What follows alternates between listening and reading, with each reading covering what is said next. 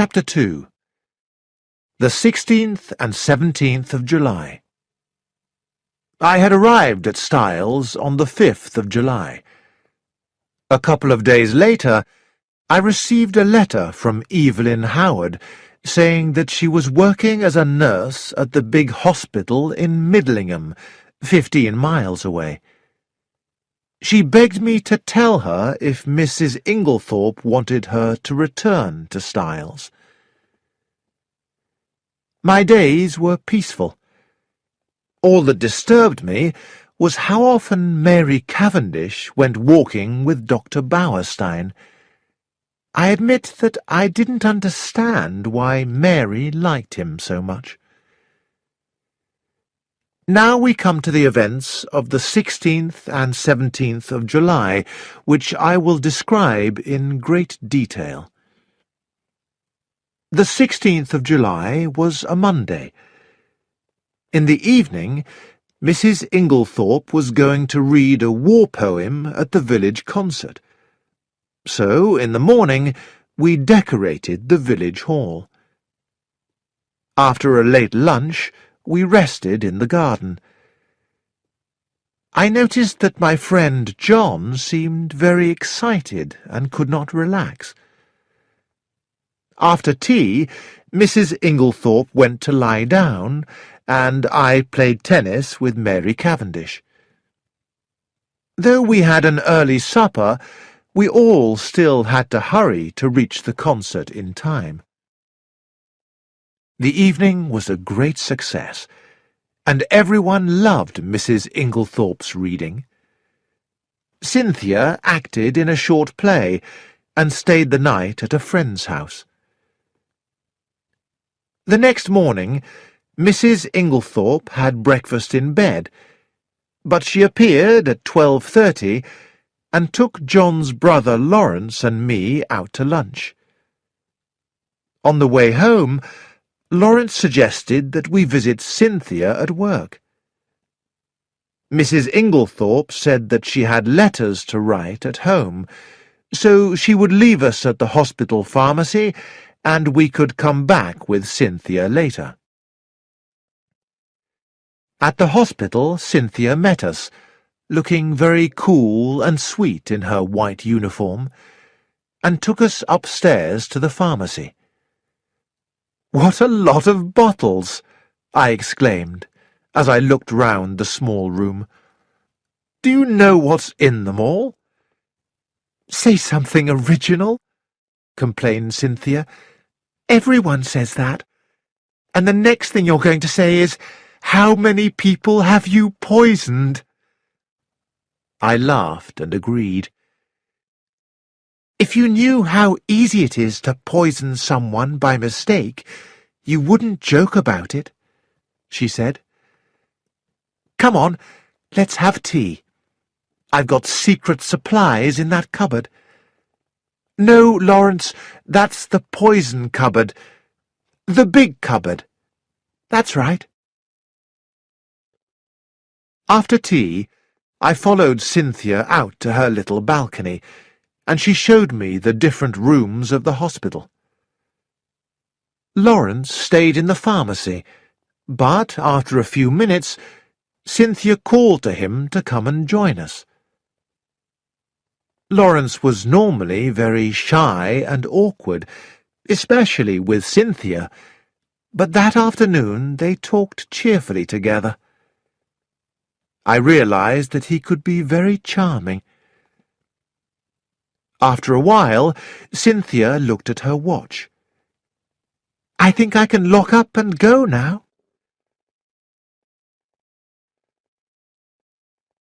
On the way home, we stopped at the village post office so I could buy some stamps, and I bumped into a little man on my way out. To my great surprise, he suddenly kissed me on both cheeks. "Mon ami Hastings," he said excitedly. "It is indeed my dear friend Hastings." "My dear Poirot," I exclaimed, "how wonderful to see you!" I turned to Cynthia and Lawrence. "This is my old friend, the great Belgian detective, Monsieur Hercule Poirot," I explained. "I was talking about him the other day, but I haven't seen him for years." "I know Mademoiselle Cynthia," said Poirot. "It is thanks to Mrs. Inglethorpe that I am here. She has kindly given me a place to live, as I am, sadly, homeless because of the war. I am very grateful to her." Hercule Poirot was an extraordinary-looking little man. He was only 5 feet 4 inches tall. His head was egg-shaped, and his big moustache was very stiff. His clothes were always very neat, and he loved everything to be tidy and in order. Indeed, he was obsessed with order.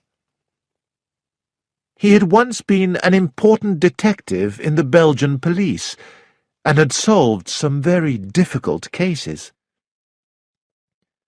He showed me the little house where he lived, and I promised to visit him very soon. "He's a dear little man," said Cynthia as we drove away. "I didn't know he was your friend." "Did you know he was famous?" I asked, and told her stories of Poirot's successes until we got home.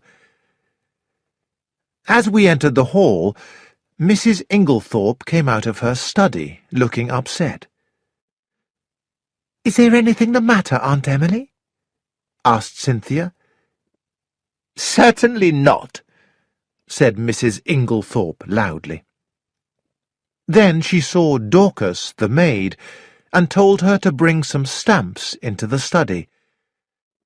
"Yes, madam," said the old servant. Then, after a pause, she added, "You look very tired, madam. Perhaps you should go to bed." "Not now. I have some letters to write before the post is collected.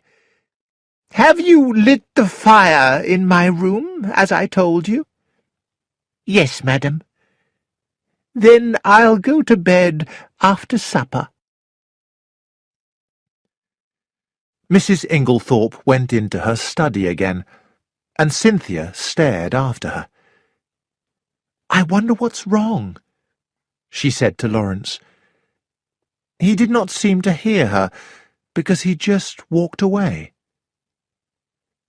Cynthia and I decided to play tennis before supper, so I ran upstairs to fetch my tennis racket.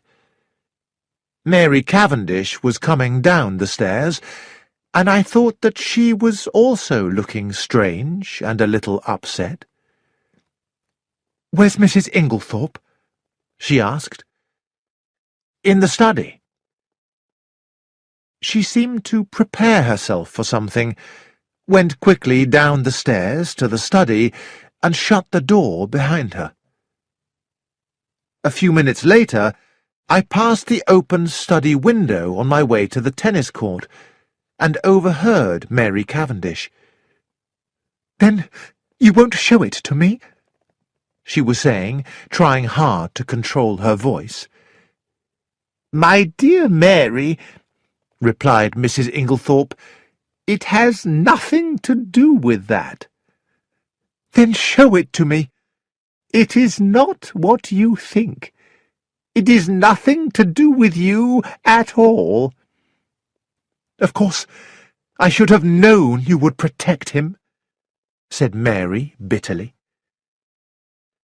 At the tennis court, Cynthia said excitedly, "Aunt Emily's had a big argument with Mr. Inglethorpe. Dorcas the maid told me. She was near the door. I wish I knew what it was about." I thought of Mrs. Rake's pretty face, and Evelyn Howard's warnings, but I didn't say anything. It was obvious that something important had happened that afternoon, and though I looked for John, I couldn't find him anywhere. I couldn't forget what I had overheard. What was it about? Mr. Inglethorpe was in the dining room when I came down to supper. As usual, his face had no expression, and again I thought how he didn't seem to belong at Styles. Mrs. Inglethorpe came downstairs at last. She still looked upset, and there was an uncomfortable silence during the meal. Normally, Inglethorpe was very attentive to his wife, playing the part of a loving husband, but today he was unusually quiet. After supper, Mrs. Inglethorpe immediately went back to her study. "Send my coffee in here, Mary," she called. "I have only 5 minutes before the post is collected." Cynthia and I sat by the open window in the drawing-room, and Mary Cavendish brought us our coffee. She seemed excited. "Will you take Mrs. Inglethorpe her coffee, Cynthia? I'll pour it out." "I'll take Emily her coffee," said Inglethorpe. He poured the coffee and went out of the room carrying it carefully. Lawrence followed him, and Mary Cavendish sat down. The three of us sat in silence. The night was hot and still, and Mary said quietly, "It's almost too hot. We may have a thunderstorm." This peaceful moment ended when, from the hall, I heard a voice that I knew and disliked. Then Alfred Inglethorpe came in with Dr. Bowerstein, who was covered with mud. "What have you been doing, Bowerstein?" asked John, coming in from the hall. "Have some coffee and tell us all about it." "Thank you, I will," laughed Dr. Bowerstein, and told us that he had fallen into a river while looking at a very interesting plant. "I'm afraid I am very muddy and dirty." Just then Mrs. Inglethorpe called from the hall. "Please take my dispatch case upstairs, Cynthia. I'm going to bed." I stood up when Cynthia did, and John was close by me. So there were 3 people who could swear that Mrs. Inglethorpe was carrying her coffee, which she hadn't yet tasted, in her hand. My evening had been spoilt by Dr. Bowerstein, and I was glad when at last he stood up to go. "I'll walk to the village with you," said Mr. Inglethorpe. "I must see our land agent." He turned to John. "There's no need to stay up. I'll take the key."